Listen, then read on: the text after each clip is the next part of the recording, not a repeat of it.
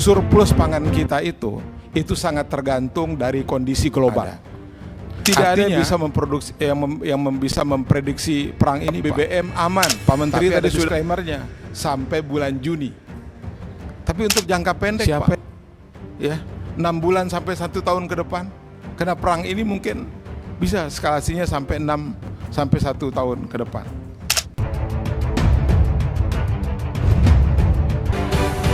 Anggota Komisi 4 DPR RI, fraksi PKS Johan Rosihan, menyoroti soal harga pangan yang mengalami kenaikan.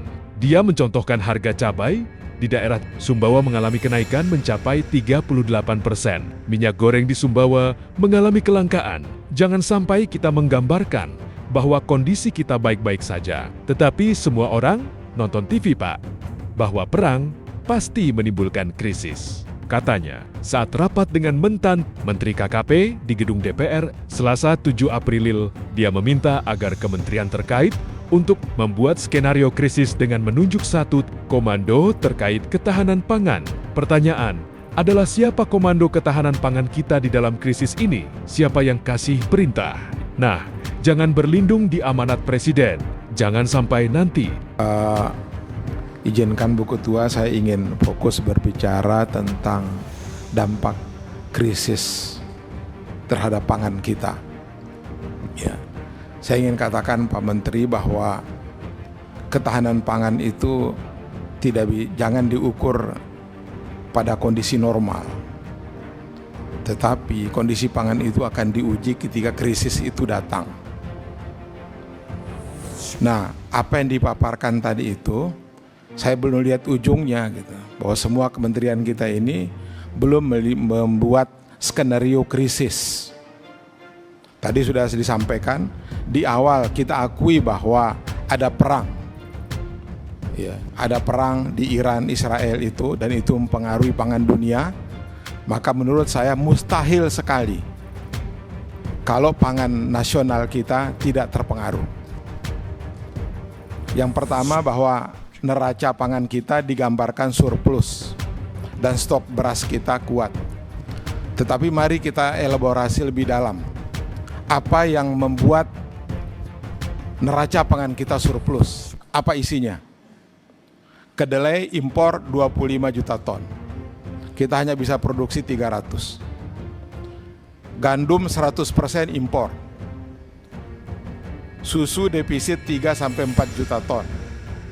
Pakan ikan 89% itu dari impor. Daging 30-40% itu impor. Yang ingin saya katakan bahwa surplus pangan kita itu sangat tergantung dari kondisi global. Artinya, ketika kondisi pangan global itu terganggu, maka pasti pangan kita terganggu. Nah, apakah aman yang kita sebut ini? Ya, sebut ini kita bergantung kepada ini. Saya ingin katakan mungkin kita dari neraca ini tidak tergambar krisis kita, tapi angka ketergantungan kita itu sangat tinggi.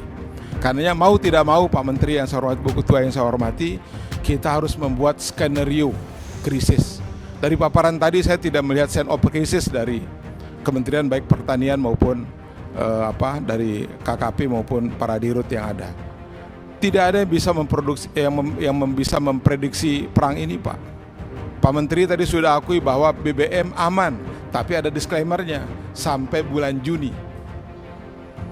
Siapa yang bisa pastikan bulan Juni itu perang ini selesai? Nah, karena itu dalam perencanaan saya pikir kita harus buat beberapa skenario. 1-2 bulan perang ini selesai, 3-4 atau termasuk apa yang disampaikan oleh Pak Menteri tadi soal kita mau transisi dari BBM solar misalnya ke metanol. Pertanyaan saya, kita butuh berapa waktu untuk menyiapkan pabrik-pabrik ini? Ya, saya paling 3-10 tahun ke depan. Jadi ini rencana jangka menengah, jangka panjang oke, Bu. Tapi untuk jangka pendek, Pak, ya 6 bulan sampai 1 tahun ke depan, karena perang ini mungkin bisa eskalasinya sampai 6 sampai 1 tahun ke depan. Yang kedua, dalam paparan ini sekali lagi kita mengakui dua hal. Kita mengalami tekanan ganda. Ada tekanan domestik, sudah kita prediksi akan terjadi El Nino berkepanjangan. Tapi dari sisi global, geopolitik, kita juga mengalami dampak perang ini yang berpengaruh kepada bukan hanya BBM, tetapi juga nilai tukar, Pak. Banyak pengamat ekonomi yang kita baca di media, mereka mengatakan bahwa semua alarm krisis itu sudah menyala. Asumsi APBN kita sudah melampaui semuanya. Ya. Harga minyak yang di asumsi kita 70 dolar per barel misalnya, sekarang sudah pakai 120, Pak. Ya. Bahkan ketika pemerintah kemarin mengumumkan tidak ternaik BBM, ada syaratnya, tidak melampaui angka 120.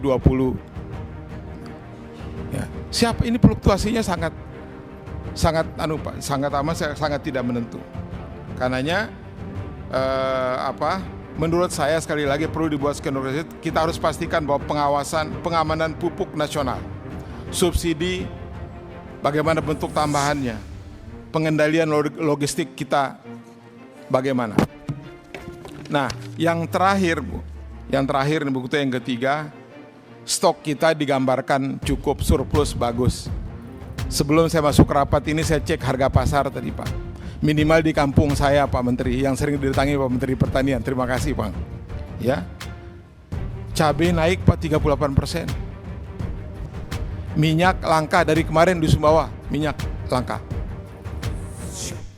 Bahkan hari ini minyak curah saja sudah tidak ada di pasar. Daging naik sampai 20%. Beras naik, yang kita bilang suasana beras naik di pasar Barang Biji, di pasar Sketeng Sumbawa. Ya. Bahkan yang beras biasa, bukan yang kemasan itu, Pak. Itu sudah pada 30.000 harganya. Ya. Telur juga naik. Sekarang harga telur, satu telur itu 3.000 di pasar Sketeng. Nah, saya ceritakan ini kepada dalam forum ini, Pak, ya. Jangan sampai kita menggambarkan bahwa kondisi kita baik-baik saja, tetapi semua orang nonton TV, Pak, bahwa perang pasti menimbulkan krisis. Saya catatkan bahwa ini adalah ulah spekulan mungkin. Karena menurut saya tidak cukup stok itu hanya bagus di kertas, di data-data ini, tapi di lapangan kita tidak bisa kontrol.